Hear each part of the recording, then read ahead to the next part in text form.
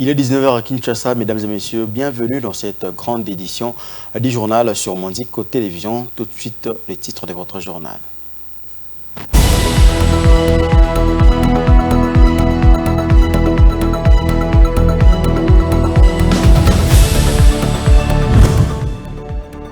Au moins 8 personnes d'une même famille ont trouvé la mort à la suite des pluies diluviennes qui sont abattues samedi et dimanche dernier au quartier Cuba, commune d'Ngalima à Kinshasa. Selon des sources sur place, un mur mitoyen a cédé sous la pression des eaux de pluie avant de tomber sur ses victimes pendant qu'elles dormaient. 24 personnes sont portées disparues à la suite du naufrage du bateau MV Maman Benita causé par un vent violent sur les lacs Tanganyika dans la nuit de samedi à dimanche 7 avril au large du territoire de Kalemi.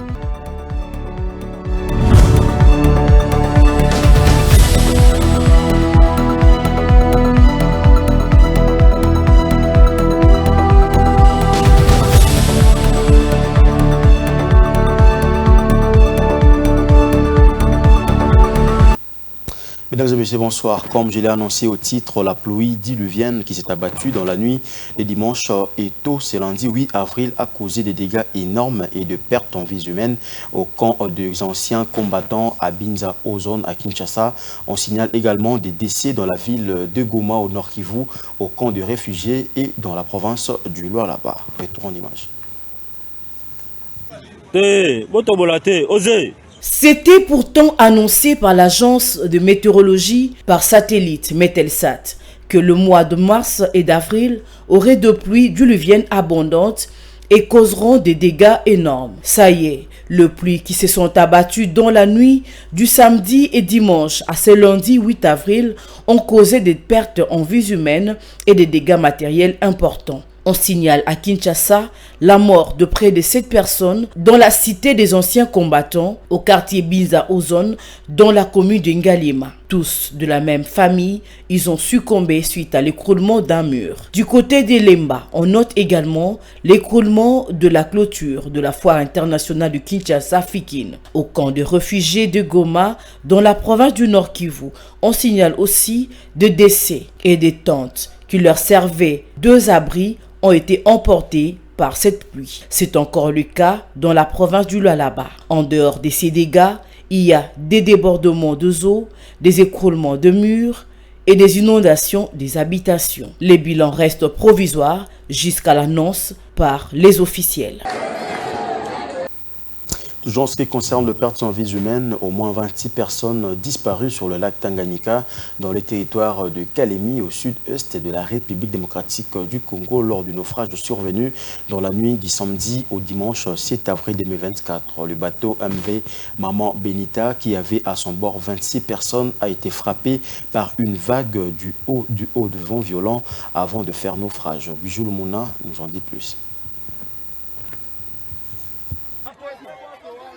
Le bateau MV Maman Benita venant de Kigoma en Tanzanie a fait naufrage le dimanche 7 avril 2024 avec 26 personnes à son bord selon des sources locales. Des vents violents ont été cités comme la cause principale et ont perturbé la navigation de ce bateau avant son arrivée au port de Kalemi. L'intervention des pêcheurs a été cruciale suite à ces tragédies. À la cité de Kabimba, située à environ 60 km de Kalemi, ils ont réussi à secourir 15 passagers et à les ramener au port dans la soirée, selon les sources portuaires. Les efforts de recherche continuent pour retrouver les 11 autres personnes. Dans ce cadre, l'Assemblée provinciale du Tanganyika a exhorté le gouvernement provincial à intensifier les recherches pour sauver le plus de vies possible et à former une commission d'enquête pour déterminer les responsabilités afin d'éviter qu'un tel incident se reproduise. À noter qu'une délégation dirigée par le ministre provincial de l'Intérieur du Tanganyika est arrivé sur le lieu de la catastrophe pour coordonner les efforts de recherche et de sauvetage. Dans l'entretemps, les recherches pour retrouver les 11 personnes disparues se poursuivent. Changeons de chapitre pour parler autre chose à présent. Signature à Kinshasa devant le chef de l'État le week-end dernier de l'acte d'engagement entre les autorités traditionnelles en conflit interethnique depuis 2022 pour la paix et la stabilité dans les provinces touchées par l'insécurité causée par la milice Mobondo sous les auspices du ministre de l'Intérieur, Sécurité et Affaires coutumières. Suivez ces commentaires de Rantaluela. Samedi soir, à la Cité de l'Union africaine, le président Félix Tshisekedi a procédé à la réconciliation des communautés Teke du Maïndombe et Yaka du Kwango qui étaient en conflit foncier depuis 2022. Les deux parties ont signé un acte d'engagement global et inclusif pour la paix et la stabilité dans le province de Maïndombe, Kwango, Kwilu, Congo central et Kinshasa. Les autorités traditionnelles ont décidé de mettre fin aux hostilités et de rechercher une solution pacifique à la crise sous la facilitation du ministre de l'Intérieur. Peter Kazadi annonce une nouvelle histoire de ses peuples frères.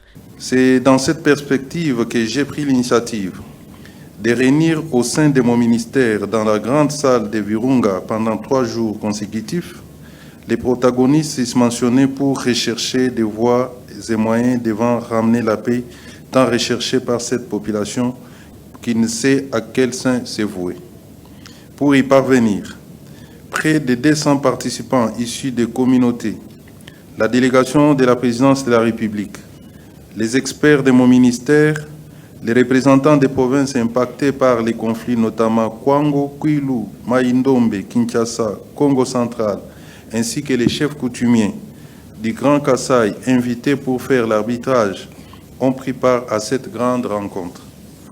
À l'issue de ces échanges francs, sincères et pleins de vérité, les deux communautés en conflit ont présenté chacune son cahier de charges reprenant les points de convergence et de divergences liées au conflit qui les opposent. Les autorités coutumières se sont réjouies de l'issue trouvée pour taire ces conflits en illustrant devant le chef de l'État une œuvre d'art.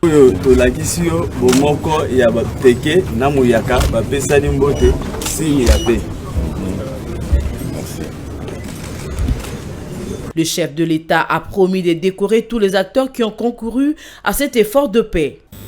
Nayoki bino, nde nazakolo banabino na sepeli. Ngai nalingi kimia pe nakutani na bandeko oyo bazalaki à la base ya makambo ya mabe o ezalaki pe bandeko ba décider batia bokabwani na bango pembeni basangana nakoki kolinga te ke moto mosusu aya lisusu kozongisa esprit ya bondoki oyo ekotelaki biso wana. Donc bozala na kimia na kosenga na bino banso oyo akozwa menace ayebi pe esika menace euti abange lokote ayebisa ba représentant na ngai bazali wana apesa kombo bako interpeller moto wana sur le champ soki pe boloko akokota boloko. La hache de guerre a été enterrée, ce qui marque la cessation de ces conflits interethniques. Pourtant, l'on apprend que 5 autres personnes ont été tuées à Kwamut dans la nuit de samedi à dimanche. Dans un autre registre, les rumeurs qui sur le voyage secret du président Félix Antoine Tshisekedi à Kigali a été démenti par son porte-parole Tina Salama qui a tout rejeté en bloc en précisant que le président de la République n'a rien à négocier avec le Rwanda en traitant la présidence de la République et sous la pression des Congolais qui veulent avoir de précisions sur le dernier déplacement du président de la République. Et Justin Massiala nous en dit plus.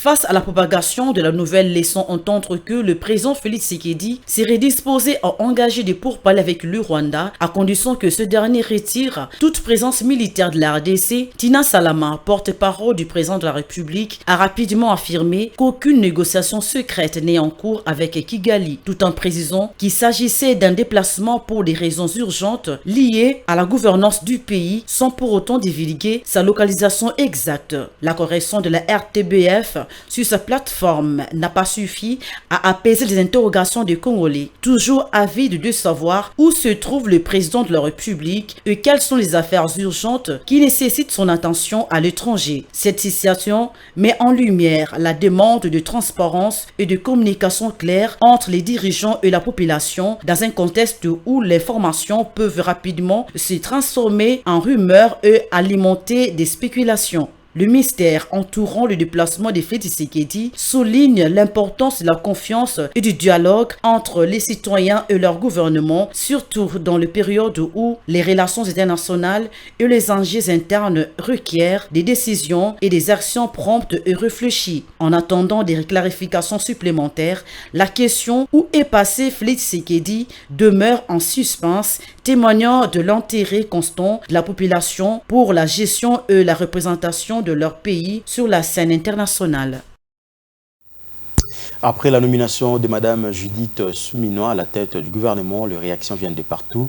Les femmes de mines de la RDC prenant part à la conférence nationale WIM DRC tenue à Lubumbashi ont salué la nomination de Mme Judith Suminwa à la tête du gouvernement. Dominique Munongo Inamizi, député national, a estimé pour sa part que la première ministre a d'importants défis à relever. Encore faudrait-il qu'elle ait des moyens de sa politique pour y arriver. Écoutez ses propos. J'ai aimé les félicitations des femmes qui ont été satisfaites qu'il y ait une femme nommée Premier ministre. Et ça m'a vraiment touchée parce qu'en tant que femme, nous sommes toutes concernées. Et donc elles m'ont chargé de transmettre à Madame la Première ministre que les femmes de la Women in Mining sont là derrière et qu'elles pourront toujours la soutenir, non seulement dans les prières, et la soutenir quand elle aurait besoin. Et surtout, elles attendent qu'il y ait au moins 50% de femmes au niveau du gouvernement national et partout, à tous les niveaux de responsabilité. Oui, je crois que les compétences, elle les a. Elle a des chances de réussir si on lui donne les moyens de ses ambitions. Parce que c'est du travail, on a beaucoup de défis. Il y a la guerre à l'Est, il y a beaucoup trop de défis. Mais je crois qu'elle est capable de le faire si elle s'accompagne d'une équipe d'hommes genrés, d'hommes stables psychologiquement. En santé, la province du Nord Kivu a enregistré ces derniers temps une montée des cas de choléra. Médecins sans frontières a signalé une hausse alarmante de cas de choléra dans ces centres de prise en charge et appelle à une réponse humanitaire urgente. Regardez.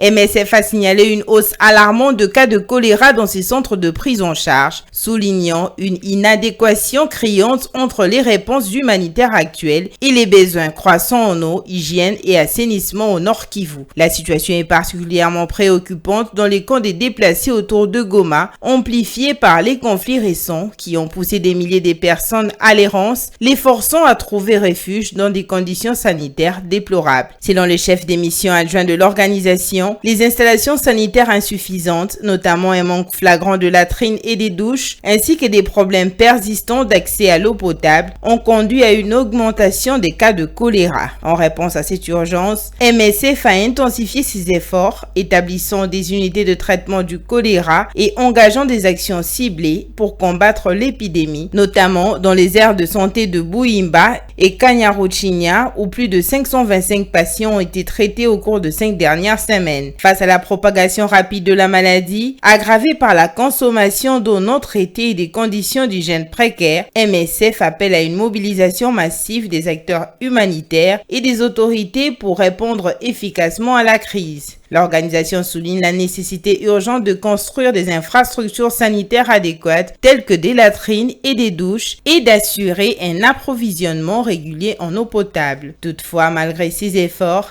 MSF note un désengagement de certains acteurs humanitaires, en particulier dans la région nord de Goma, et insiste sur la nécessité d'une réponse coordonnée et multisectorielle pour éviter une catastrophe sanitaire.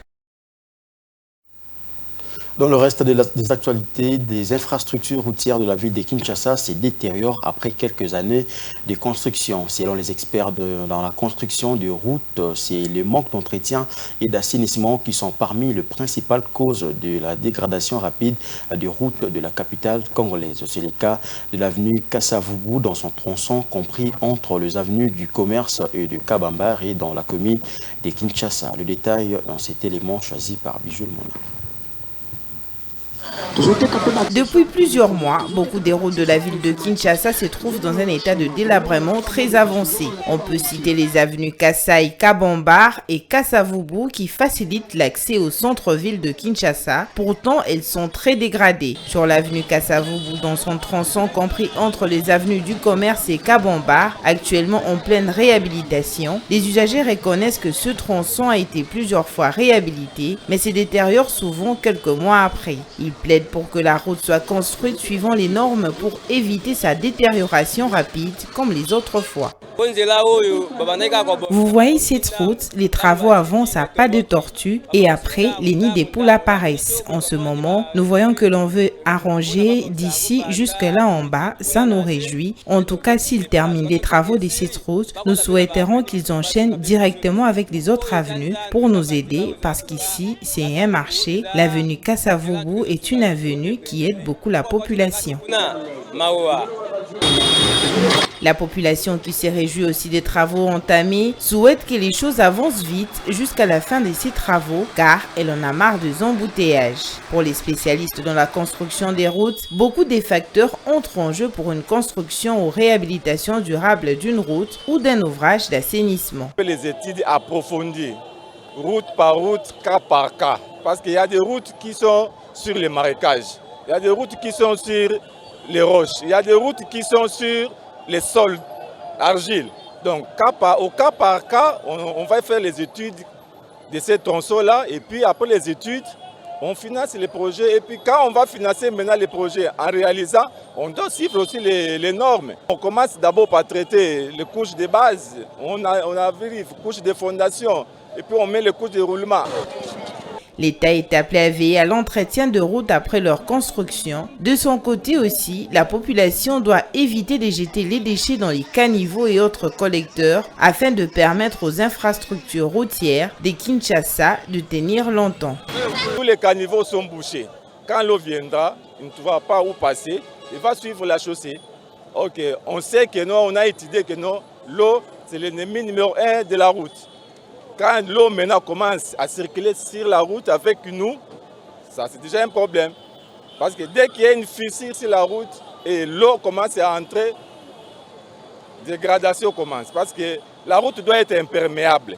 Donc ça va bouger la route, la couche de fondation, ça va déstabiliser la couche de base et puis c'est les fissures, c'est les bourbiers qui commencent et après des années, on ne va plus passer là, ça devient des érosions. La réhabilitation et la reconstruction de routes en particulier et de la voirie en général à Kinshasa pourraient réduire l'insalubrité dans les rues de la capitale et aussi faciliter la circulation dans cette ville qui connaît des embouteillages au quotidien.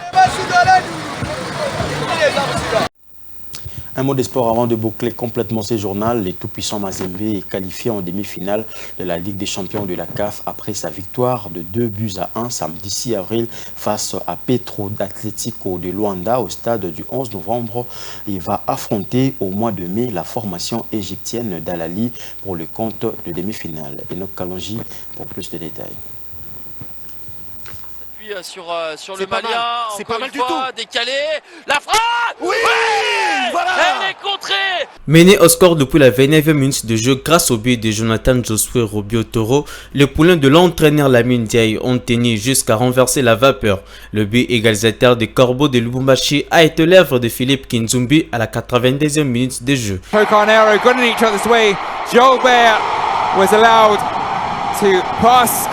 Et Joël Beya a marqué le but du chaos à la 96e minute de jeu, sonnant ainsi les glas pour les Angolais. Au match aller disputé il y a une semaine au stade Kamalondo à Lubumbashi, les tout-puissants Mazembe et Petro de Luanda s'étaient séparés sur le score de 0 but partout. Dans d'autres combinaisons des quarts de finale de la CAF, Mamelodi Sundowns a sorti l'équipe de Young Boy Africa de la Tanzanie suite à la séance de tir au but. L'Espérance de Tunis a éliminé l'ASEC Mimosa de la Côte d'Ivoire après la séance de tir au but. Et Al Ahly d'Égypte a battu l'équipe de CSO Simba par le score de 2 buts à 0. Après cet exploit, l'entraîneur des Corbeaux de Lubumbashi, Lamine Ndiaye, a félicité ses joueurs et s'est dit être prêt d'affronter Al Ahly d'Égypte en demi-finale. Le match était tellement décousu que sur rencontre, on a mis le deuxième but. Je dirais tout simplement bravo aux garçons qui ont cru jusqu'au bout et qui étaient venus, je vous l'ai dit hier, on était venus pour jouer et on était venus pour se qualifier. L'équipe la plus titrée en Afrique. Et même s'ils sont difficiles à jouer, je pense qu'on a notre chance. Parce que là, arriver en demi-finale, après, c'est sur 2 matchs. Je pense que on va tout faire déjà pour faire un très bon match à domicile. Je crois que c'est nous qui recevons. Je ne sais pas, je ne connais pas le calendrier. Aujourd'hui, on a battu une grande équipe. Et je pense qu'en cherchant la victoire ici, on peut espérer gagner partout. Notons que le tout-puissant Mazembe va affronter en demi-finale Al Ahly d'Égypte le 18 mai prochain à Lubumbashi en match aller et joueront une semaine plus tard le match retour soit le 24 mai au Caire.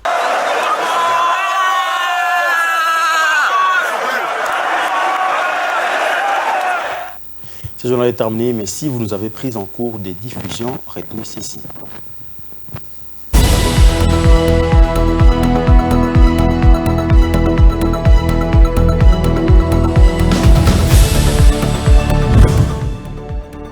Au moins 8 personnes d'une même famille ont trouvé la mort à la suite des pluies diluviennes qui sont abattues samedi et dimanche dernier au quartier Cuba, commune d'Ngalima à Kinshasa. Selon des sources sur place, un mur mitoyen a cédé sous la pression des eaux de pluie avant de tomber sur ses victimes pendant qu'elles dormaient. 24 personnes sont portées disparues à la suite du naufrage du bateau MV Maman Benita causé par un vent violent sur les lacs Tanganyika dans la nuit de samedi à dimanche 7 avril au large du territoire de Kalemi.